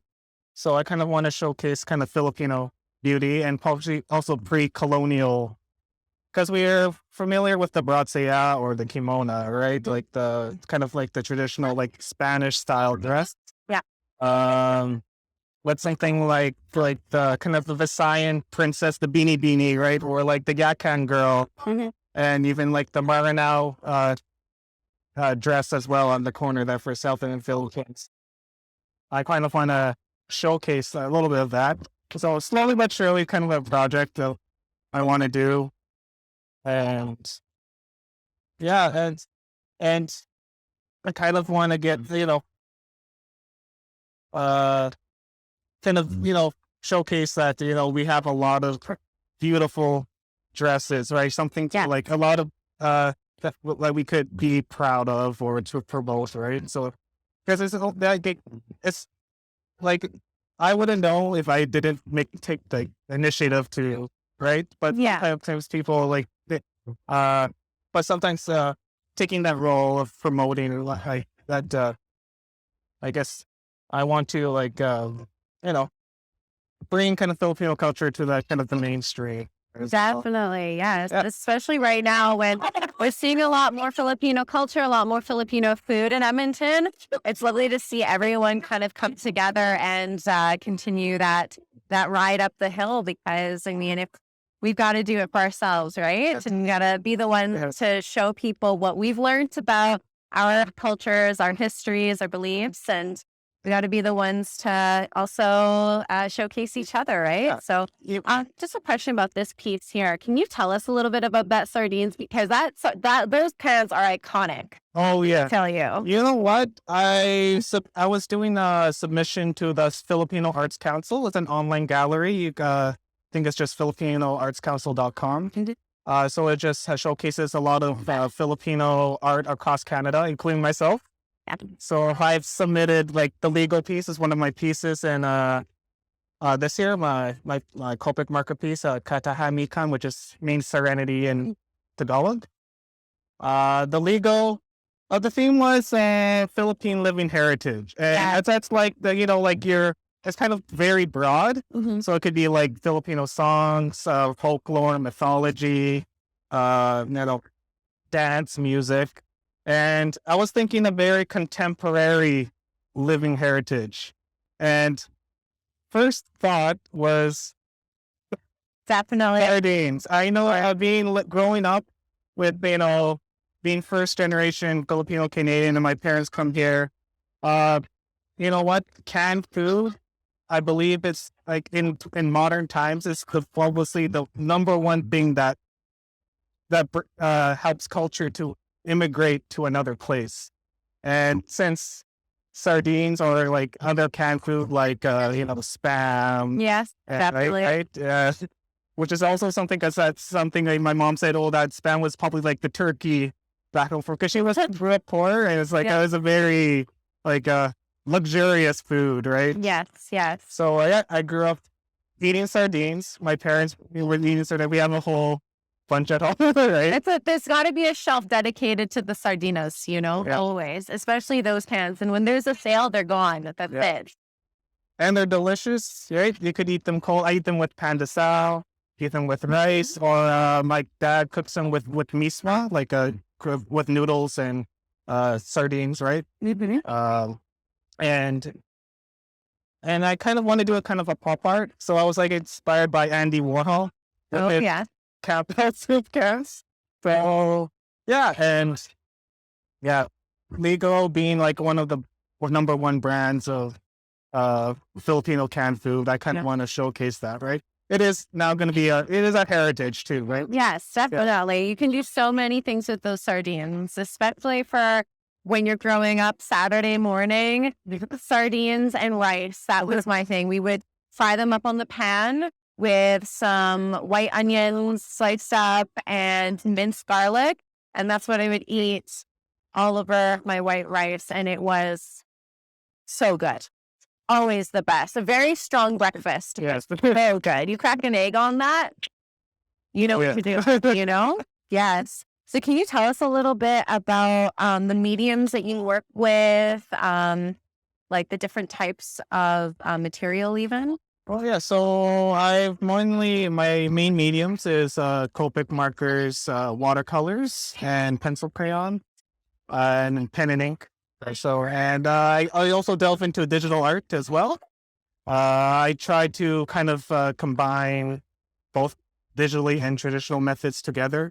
Uh, and especially when I'm working on my comic as well. So Yes. my comic is right here. Yes, please show us. So this is kind of like the first four strips that I've done. Actually, it's called Monkey and Turtle. It's based on a classic Philippine folklore. It's when the gist of it is when the monkey and a turtle, were hungry and they found a banana tree, and the banana tree broke, and the turtle tricked the monkey of getting the better half of the tree. Wow. So eventually, there's different folk versions depending which part of the Philippines you're in. So, but the turtle always gets the bottom half of the tree, which is the part that will grow, even if it's broken. So the monkey, is trying to grow his half, and figures out it's getting rotten. Yeah. And he always tries to get back at the turtle, but the turtle always outsmarts the monkey. So Oh, wow. it's my take on the story. So I could see kind of make them like there's a monkey tribe and a turtle tribe, and it's a tribe is always it's about the main characters is matching, which is monkey in Tagalog, and pagong, which is turtle in Tagalog. And it's just like kind of a slice of life, how these two characters interact, and going through their own like struggles, or their funny interactions, and with their family and everything. So so it's so I'm about to publish. Yeah. I'm getting close. Mm-hmm. About 160 pages, but so hopefully once I figure out what to do, once I get to that point, we'll publish it next in the near future. And I guess going back to traditional and digital, a lot of the drawings I do for the comic is traditionally made, Mm-hmm. and I go up, scan it on my computer, and do all the toning and fixes and all that. So even like some works that I do like all the line work traditionally, and just sometimes do all the coloring on digitally as well. And did you know that Jose Rizal did a monkey and turtle story? So it's kind of my tribute Mm-hmm. to like it's almost 100 years since the monkey and turtle story was kind of popularized. Yes. So it's kind of like now it's I want to do something like that too. So and yeah. So yeah, started in 2019 because I kind of want to kick myself in the butt because Yeah. I've always wanted to do a comic for the longest time, and I just felt as an artist I wasn't really good enough. But it's like, you know what, there's some successful artists who aren't good at drawing, or had it rough at the first, but it's like, Yeah. they have a good story and everything. So I was like, oh yeah, I felt confident. I was like, I'll just do it, right? So yeah. So And where can people find this comic if they want to read it? so right now you could read it for free on my Facebook page. Which is my handles on both my Instagram and Facebook is at Michael Moya Illustrations. On there right now, currently, if you want to learn more about Filipino culture, I'm kind of drawing Philippine creatures. Oh, really? Yes. So I have their.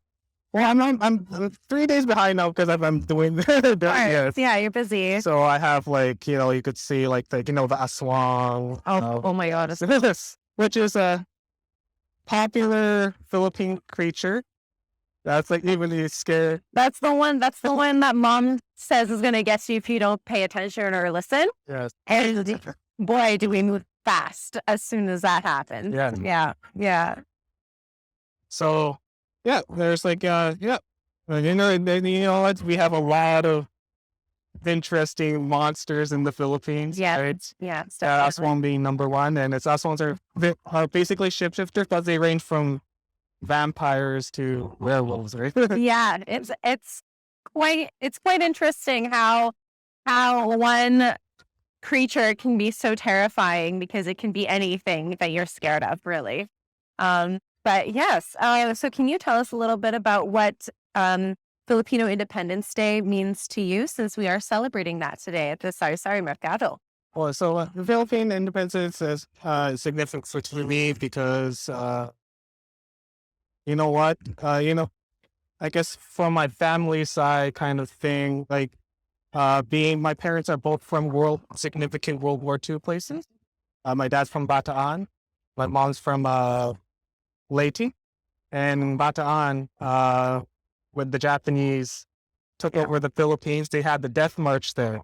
And that's when General MacArthur, said, "I will be back," and went to Australia to, regain his forces for a counterattack.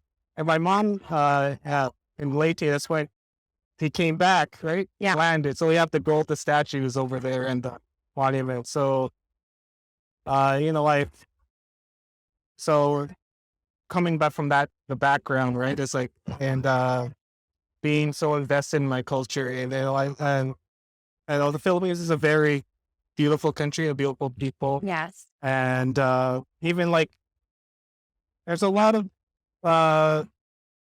there's a lot of things to unravel, right? Like taking on like trying to learn pre-colonial Philippines and trying to promote that as well. And, even comics and everything. Doing all the best I can to do art and being Filipino is a part of me. Yeah. Yes. And it's not, and it's, and being a country that has been colonized 300 plus years, right? It's nice to like maybe regain Filipino-ness, I guess, right? So Yes, definitely. Are there any foods that you're looking forward to trying here at the market today? Maybe some favorites that people at home should try out when they get the chance to come here.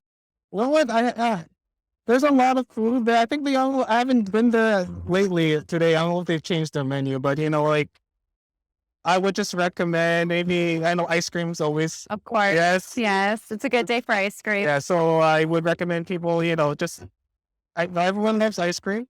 Just maybe just try the Social Scoops ice cream. They have a lot of good flavors like, blueberry, queso, pandan. And I think they use tanduay rum in the rum and raisin. So tanduay rum is a Filipino rum. Yes.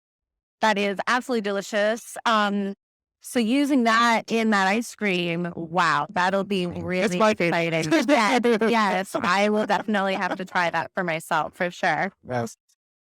Well, thank you so much, Michael. Thank you for showing us your artwork, and thank you for talking to us about what inspires you. I really appreciate having you on our stream. Well, thank you very much. I appreciate you guys interviewing me and liking my art. And I hope you guys could follow me on my journey as an artist, and also like learn more Filipino culture through my work. So that's my goal, my life's goal. So yeah. Awesome. Well, thank you so much, and we'll be right back with our last feature vendor. Hi guys, we are back with our last feature vendor of the day. We're here talking to Angelique, who is a designer and local entrepreneur in Edmonton. So would you please tell us a little bit about yourself and your company? For sure. So I graduated from University of Alberta in clothing, textiles, and material culture. So naturally, I'm very I'm very passionate about clothing and passionate with everything of that sort. So I started off being a stylist at a local agency, modeling agency here. And from there, I started making my own clothing, featuring them in some photo shoots, and then here we are. So during the pandemic was really when Gikan took off because of social media and just being bored at home, really. Like me sewing and everything. Gikan came out of that, and I'm so happy that it did because now I get to feature my culture as well as my passion for creating clothing design. Awesome. And Can you tell us what Gikan means exactly? Sure. Gikan is a word from the Bisaya language, and it means to cut from. For our logo, we use baybayin, which is a pre-colonial script used in the Philippines. And we kind of wanted to, bring that back and practice what's ours. So hopefully in the future, we see more of that happening as well. That's awesome. Are you from Bisaya then? Yeah, I'm from the Visayas region. So I was born in Cebu, but grew up here. We moved when I was 11, and my parents really instilled in me like the importance of keeping and still practicing cultures and traditions. As you may know, Filipino parents. Yeah, yeah, they do. So I still speak Bisaya, Tagalog to them, and when I go home, I always find these pieces and I bring them back here. So to share to other people as well. Awesome. Can you tell us a little bit about the pieces that you have here so far? There's a little bit of a variety of the styles. Yeah, for sure. So my mom is from Bohol. So when I go there, I like to explore a little bit and learn more about the different regions. This one in particular, you may recognize it as like a bayong in the Philippines. Usually they're much bigger, they put like vegetables, anything from the market in there. But this one's a little bit more modernized, I would say, like a little bit smaller, and it's from Antiquera in Bohol, and they're pretty famous for their basket weaving. So that's why I went there specifically to grab some bags. And then this is from the Philippines as well, and they're woven in Negros. And same thing with that and the other bags that you see on the rack there. Actually, last year, I was able to sell them at the Sari market as well, but I only have had a very few because they did so well. Like, everyone loved them. They're the perfect market bag. Yeah. Like, nowadays, I feel like, I don't know why, especially after the pandemic, everyone's been, like, just, like, always going to markets on the weekend and all that stuff, even for me. So it was, like, the perfect product to have in our shop. Oh, beautiful. And can you tell us a little bit what kind of materials are traditionally used for these types of bags? Yeah, so it's called, in Bisaya, I think it's bule, but I think it's palm, if I'm not mistaken, in English. And they pretty much just take the part of a leaf and they weave them together and braid them together to create these bags. If like these ones as well, these are a little bit different. They're not the same material. They're just I don't know what it is in English, but it's like a white wood, and they dye it to these different colors, and they hand make it at this shop that I partnered with in the Philippines as well. I designed the colors and the pattern, everything, and they created it for me. So that was a really fun collaboration that we had as well when I was there. Oh, beautiful. Awesome. I did notice also your cloths here are quite stunning and very detailed. Are they also from the Philippines? Yes. So this is from the Mindanao region. They're called yakan, and they're an indigenous weaving technique or weaving design. And they're used by the indigenous peoples in that region. That's beautiful. My parents are actually, like, my mom specifically has a home in Mindanao. Yeah. So where they're going to retire. So that's really cool because I just went there a few years ago. Yeah. Touring around a little bit, and it's just like amazing how beautiful the area is. It's it's amazing to go to markets there as well. Exactly. Have you gone there? I haven't gone to Mindanao, but I know my parents have. They always talk about how amazing and beautiful it is there. I think my mom has worked there for a little bit as well. And I would love to go there when I go back. I literally got back a week ago from the Philippines. Really? Yeah. Oh my God. But I'm going back in August. And hopefully I get to explore more. I'd love to explore the entirety of the Philippines. I know when I was younger, my parents loved doing road trips. So we almost explored all of Luzon because of it. Oh, wow. Yeah. And now I'm hoping to explore more of the South and hoping I can learn more culture because I feel like there's a lot of preserved like indigenous traditions there and that we don't usually see in the big cities now in the Philippines. So yeah, love definitely. Yes. Oh my gosh. Can you tell us a little bit more about what the rest of the things that you have? You have so much to Yeah, no problem. So these are the same thing. So they're woven just as these were, the bags were. And I put them together here in Edmonton, and I the chains on and the stud at the back. And the hats are just embroidered here by a local embroidery shop in Edmonton as well.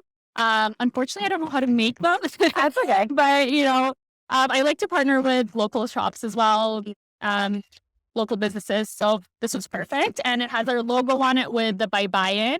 And I feel like a lot of people love them because they get to kind of represent the Philippines, with like the bye-bye and everything. It's not a common thing that you see to represent. So it's not like a very obvious thing to have, like, if it said Gikan, you know what I mean in English? Yes. So, yeah. And these clothes, I usually have more at markets, but because I got back a week ago, I barely got any done. I sewed them myself and I design them. I create the pattern and I honestly, the part of the design process that I love to do is pattern making. If I didn't have to like sew them myself, I totally would just like create so many patterns because I love them so much.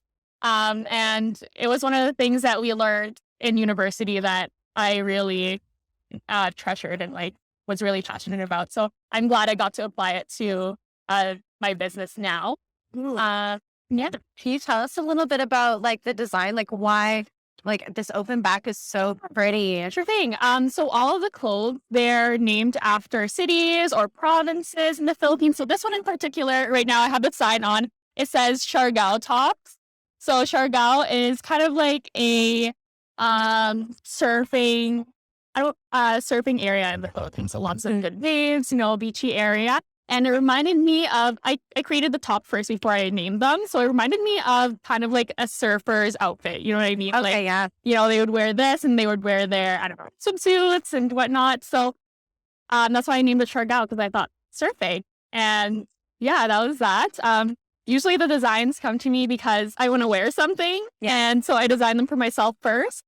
And it's funny because that's actually how Geekan started as well. I sewed things for myself and then it ended up other people like them.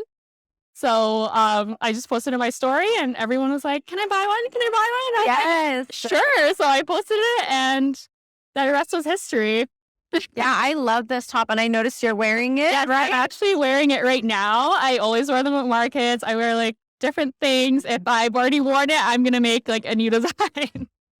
So yeah, I think about if I'm going to wear it first and foremost and how it's going to, be like in Edmonton weather, especially because we live here. We don't live in a tropical area. So something that's still wearable and here or people that would love it. And so, yes. And so can you tell us a little bit about how someone can order these tops? And yeah, for sure. So right now the Siargao tops are pre-ordered. So you can send us a message on our Instagram. It's just shop.geekan or our Facebook page as well. You can message us there. And just let me know the color and the size that you have. So we have 2 sizes. It's extra small, small, and medium large. And they come in these 2 colors as well as this light one right here. Light beige one. Yeah. And I just included swatches here so you can see a little sample. This is the extra small, small, and then this is the medium large. They're very stretchy. It fits a wide range of sizes. So okay, yeah. What size are you wearing right now? This one's extra small, small. Okay, yeah, cool. Yeah, awesome. Can you tell us a little bit about the design behind this? This is a romper, right? Yes. So right now, because we are hopefully coming out of the pandemic, and people are just kind of transitioning out of their sweatpants and sweatshirts. I thought I would create something stylish but still comfortable. So I thought of the romper. You can wear it out. You can wear it at home. It's loose, it's not constricting for any activities that you might do, either if you're working at home or going shopping on the weekend. It's great for a variety of things. So awesome. So since we are at the Sari-Sari Mercado, can you tell us what Filipino Independence Day means to you? Filipino Independence Day means for me is celebrating our diversity. There's not one definition of being Filipino. And I think that's what makes us such a great community is that no matter where we are, we always come together in a community like this, like the Mercado, and we support each other and we uplift each other. So that's what Filipino Independence Day Week today. Awesome. Yeah. Awesome. So I noticed there's a lot of really good food here, and some of the other vendors have told us a little bit about what their favorites are. Yeah. So what has been your favorite this weekend for the food that's here? Oh, I love ice cream. Of course. Every time Social Scoops is close to my house, well, in the south side, I always go there. So I tried this new flavor. I don't know if it's super new, but I just got back, so I tried it yesterday. And it was the mango s'more. Ooh. It was really good. And I love mango. Marshmallows and everything was just like Perfection. perfection. Yeah. So that was great. Yeah. Oh, delicious.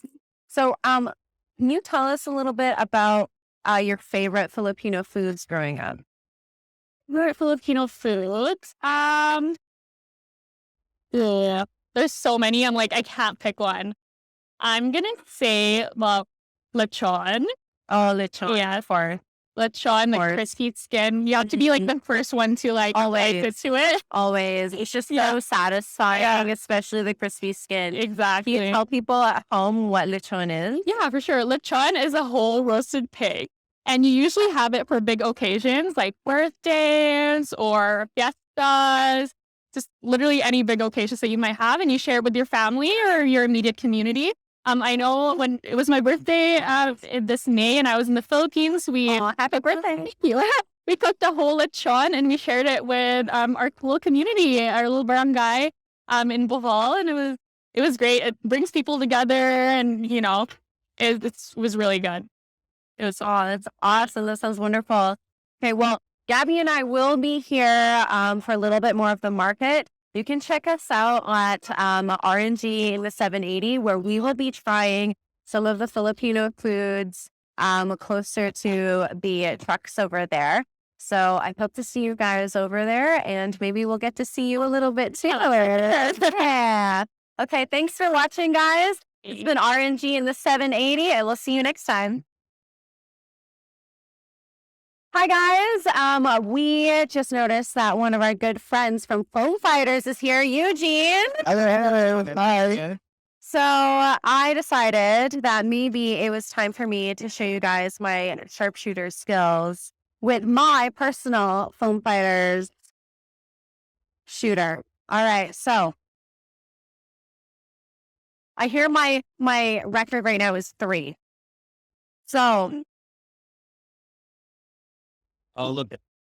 no, I'm stressed. Okay, no, it's okay. It's okay. It's okay. I got this. Okay, Eugene. Before I start, Yes. do you have any like pointers that I should keep in mind? The main thing is don't have any hurt feelings if you miss. That's the Very optimistic. I appreciate that. All right. Sorry. All right. Let's go. Let's go. Let's go. There's more there. It's okay. It's okay. I got this. I got this. If you guys want to come down here and beat my score, which is currently -1, you have until 5 to come down and visit with Eugene from Foam Fighters. All right, let's do this. Okay. Okay. Okay. Okay. I'll try again. I'll try again. Okay. Better go. Okay. I was really hoping that was going to be the one that was like, oh, but it's not. Okay. Okay. You know what? It's okay. It's just really warm outside today. Yeah. That's all it is, really. And I just have really, at least it comes back to me. So I think that's the main thing, as long as it comes back. Okay. I need to not aim down. All right. All right. Wow. Eugene, I'm not doing so well. That's okay. I'm really not. It is. It's the heat. I know. Okay. It's affecting the darts. Want to try the cut? You know what? I'm going to try the guns that Eugene brought. And it's okay. It's okay. I'll have this loaded for another time. So I'm going to try one of these. Are these loaded? They're all loaded. You just put back for each shot. Okay.